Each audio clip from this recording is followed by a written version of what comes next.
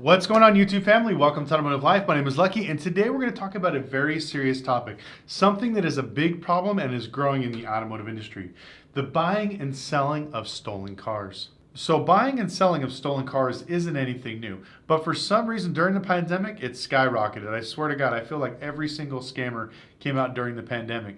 But we started seeing a lot more stories in the news, people talking about how they bought a car from a dealership, somebody like Carvana. They went to register their car, found out it was stolen. They went to get it serviced. They got the car taken away because the VIN numbers didn't match, a whole bunch of stuff. So today in this video, I'm going to tell you a few stories about not only what happened to me, but what happened to other people. And then the most importantly, how to protect yourself and how to prevent yourself from buying a stolen car. So unfortunately, Carvana has been in the news a lot lately because of the buying and selling of stolen cars. Now, a lot of people are quick to judge them and say they should have known better, they should have done this. You have to remember, Carvana is not a car company. They are an actual wannabe tech company. So they don't have a lot of automotive experts in their industry. So every time someone goes out and wants to get a bid on their car, it's not done by somebody like myself. It's done by a computer, which is the worst thing to do. This is why I'm very against automating the automotive industry, because there's too many variable factors into buying and selling of cars. So what happened was during the pandemic, a lot of the scammers saw that all you have to do is enter a few random VIN numbers. And then once you get an offer, let's say they ran an offer on a Dodge Charger. They would just run the numbers through, and once they got an acceptable offer, they would literally go out, rent a Dodge Charger, go out and buy the VIN tags. I won't tell you where you can buy them, but there's actually a lot of places where you can buy these VIN tags. They would swap out the VIN tags and then literally drive it in there with a fake title and cash the check and then walk away with the money. And so once the word got out, there's people on YouTube, I'm not even joking, are showing how they're doing this process. That's how stupid it was. So everybody and their grandma started doing this. They all jumped in, buying rental cars, buying cars off of Craigslist, going out, putting cars in somebody else's name, and then selling these things off. Now, we started to see this trend a lot during the pandemic because I started getting a lot of calls of people like, hey, I'm just trying to sell my car to cover my bills because I don't qualify for the pandemic money. Because you got to remember, a lot of people didn't qualify for the stimulus money if you made over $70,000. So there were a lot of people that were selling their cars and selling their goods to make money so this way they could pay their bills. But one thing I noticed was a large trend of the VIN numbers not matching up. Now, I can tell the difference between a factory VIN and some of these aftermarket ones. Now, when we get in car accidents and sometimes, we replace parts, we can get new VIN stickers and everything else made, but there's certain ways you could tell that they're not factory. And I noticed that a lot of the cars that we were seeing these on weren't matching up. Now, traditionally, we see this on a lot of new cars because it's not worth the time doing all this headache for a cheap used car. But during the pandemic, we not only saw, brand new cars like rental cars, Mercedes, BMWs, some of the exotics, we're used to that. We were seeing cheap cars like 2010 Altimas, 2015 Hyundai Sonatas, stuff that typically crooks would not do because it was a waste of their time. And we started seeing a lot more of these fake VIN numbers popping up. So unfortunately, Carvana doesn't have some of the practices, which I'm going to tell you here on how to prevent this. And they didn't have these things set up, so everybody was running their cars through them. Once basically the word gets out to all these crooks that they have a system and nobody checks it over there, they all flock towards there. That's why you were hearing a lot of people basically saying that Carvana is selling a lot of stolen cars. They don't check is because they didn't have a process set up. I've actually reached out to them and told them how they can prevent this and what to look for, but of course it falls on deaf ears. They don't want to hear any type of information. So not only that, but there's a lot of people out there that are getting copies of DMV titles, so just a blank title, and then also getting copies of fake registrations. And they're going out and they're basically finding cars off of Craigslist or renting them on Turo and then turn around and selling them to somebody for cash. They'll put the title in somebody else's name. They'll make a fake registration for the same person, and they'll just show up and be like, hey man, I got to get some money, I'm moving out of town. They give it to these people, the people get cash, they'll sell like a $70,000 car for 25 grand. These people are so excited, they just buy it. Now, this works really good with regular people. It does not work with dealers, because if we see something like that, usually we can tell there's something wrong with the car, or there's something wrong with the paperwork, or some sort of other issue. So there are a lot of ways to defraud people when it comes to buying and selling cars.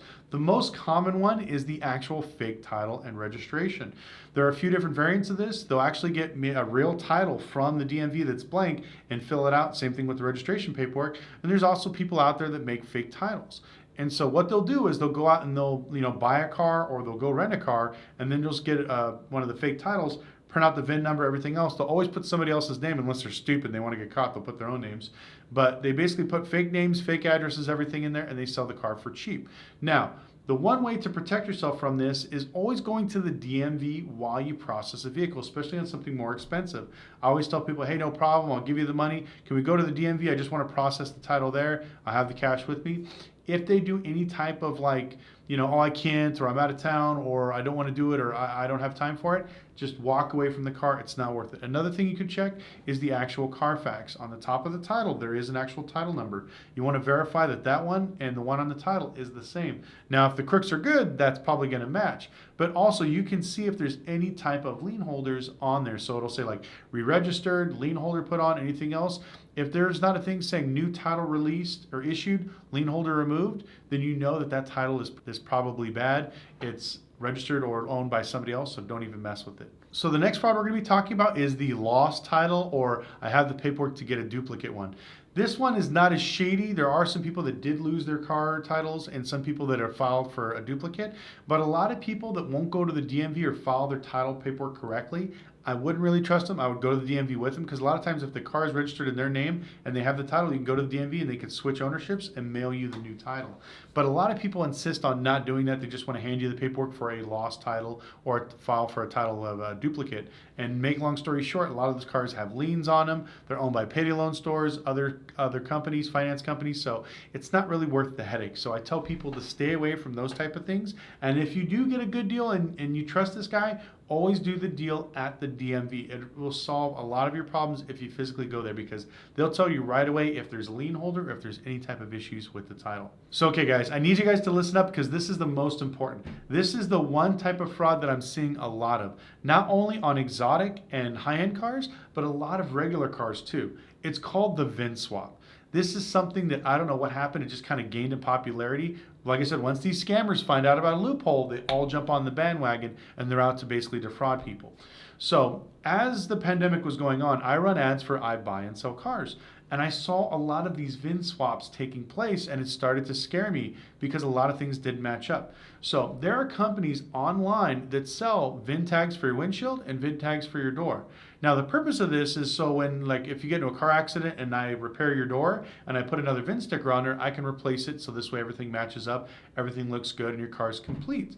But there are a lot of people out there in some other countries that sell these things that are basically out fraudsters, and that's what they do. They'll go out, they'll make a random VIN number, and there's people out there that have these VIN generators, which it's a joke, don't mess with it. They'll go out there, they'll make a VIN number of a car, and then they'll just start, okay, I want to order the title and the tag. Once they get that, they'll literally go to like a rental car company, a car dealership, they'll go buy a car, rent a car, and then as soon as they get home, they will swap the VIN plates, and then they'll go register the car, and then boom, now the car is legit. If you get pulled over, they see the plate right there on your dash, they see the one on your door. Everybody thinks everything is hunky-dory because everybody's taught to double check the VIN number just in these two places, and they have a title that matches and the car is registered in their name, no big deal. Now this type of fraud is extremely sneaky. The reason is because once you buy the car and you register it in your name, everything is fine. And I've seen cars change ownerships and people have actually owned these things for 5 to 8 years with no problems. But what happens is sometimes when you randomly order parts or you go to get it inspected or something else like that, something will come up where they'll be notified that there's a secondary VIN on the vehicle and things don't match up. I've had people actually, buy a 2020 and then come to find out it's a 2021 or 2019. The VIN year does not match the actual model. So when they go to order parts, it's a completely different car.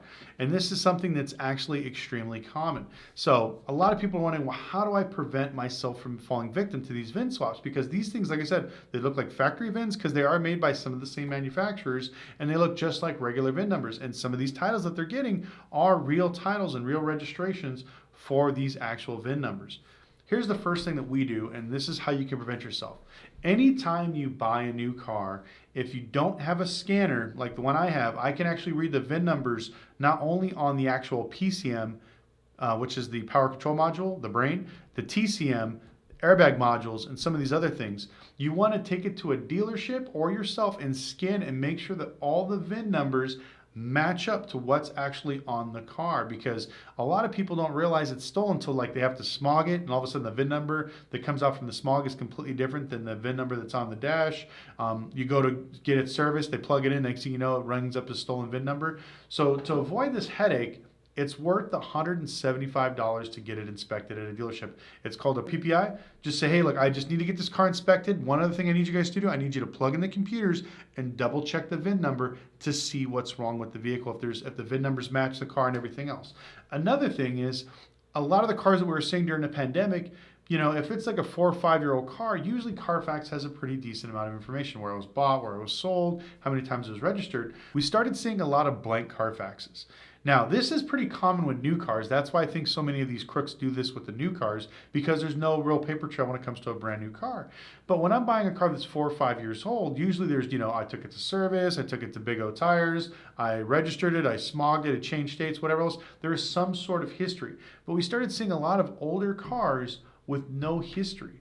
So we kind of put 2 and 2 together, like there's something not right, because Carfax should show something. The VIN number shows what kind of car it is, but it wouldn't give it a breakdown of certain models, wouldn't give it features, and then also, like I said, there was no history. So that's another thing you need to do. If you run a car and let's say it's 5, 6 years old and the Carfax comes blank, you should probably stay away from it, because there's some sort of type of fraud going on. That if there's no type of records in the DMV or in some type of service department, more than likely it's bad. Now, there are cars out there that some people buy, don't ever take to the dealership, and just sit in their yard, but there'll at least be some sort of registration or some sort of information on Carfax. So be very careful with that. Double check that as well when you're getting ready to purchase a car. Now, the next thing to prevent this type of fraud is every single vehicle that's made has certain spots across the chassis where the VIN number is plated onto, because they know that they can always change out the door and the dash, but there's always stuff that's hidden in some of the guardrails, some of the other places that are kind of tucked away and hidden. So you can go online and look for certain VIN indicators to find out where the VINs are at.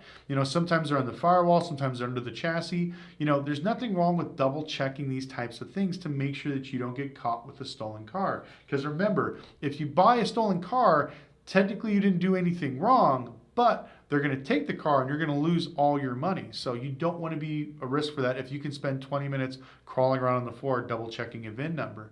Now, if you can't do that, and maybe you just don't have the feasibility, or you're not mobile enough, you can always take it to a franchise store and they will do it for you.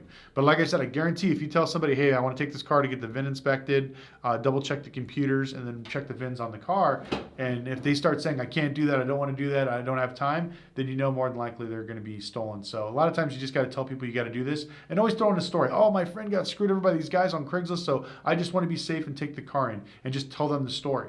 And then this way, if they start bucking or acting kind of weird, you know that they're going to do something shady.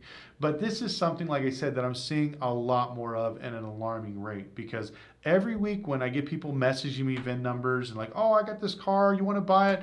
And I run the VIN number, no Carfax, things don't match up. I'm like, not interested. And so I don't want people to fall victim, because basically what happens is they try to sell it to people they get a check from right away, and then if they can't do it, the next thing is they try to rip off regular people, because they're hoping that somebody's not smart enough or doesn't know to check some of these things, and this is how they get burned. Carvana is still getting burned. Every, I think, few months they hear somebody else buying and selling a stolen car. They refuse to change their process. So if you're a dealer watching this, start double checking these things. Get a good scanner to check out PCM and TCM modules to see exactly what's in there. Also start looking at frames and where the spots are for VINs. Now, there are some tricky people that actually cut the VINs out and swap them all the way around. Now, there are some spots that are actually hidden that only the franchise stores know about. You can ask them about them, say, hey, where are these VIN plates at, blah, blah, blah, and they will actually tell you. A lot of times they're covered by something else, another sheet of metal or whatever else, but it's designed so this way that if they start cutting around all the bodies and moving the panels, there'll be some that'll be left where you can find it. Also, a lot of times it's more expensive to change those and also change all the modules. That's why most times there's going to be the real VIN number somewhere in the car. You just got to check all the modules and the PCM and TCM and all the computers basically to see where it's at. But anyways, I want to hear from you guys. Have you guys bought any cars from Carvana, CarMax? Have you had anything come back stolen? Do you have any friends? Have you heard any stories? Also, are you seeing a lot of the stuff on Craigslist? Do you see those cars where they're worth $30,000, $40,000, but they're trying to sell them for like 20 grand tonight, cash only? Put in the comment section below. I'd love to hear from you guys, because like I said, there are going to be a lot of fraudsters out there, and the worse the economy gets, I'm telling you, it's going to get even worse, because a lot of these people that bought all these cars during the pandemic, that can't afford them, they're going to be trying to figure out ways to liquidate them so they can get cash. So they're going to be selling you cars with no titles, or they're going to figure out ways to basically buy cars with fake titles and try to sell them off to people. So please be careful. Like I said, if you have any questions, leave them down below. I'll try to answer as many as I can. And I guess just be safe out there, and we'll see you next time.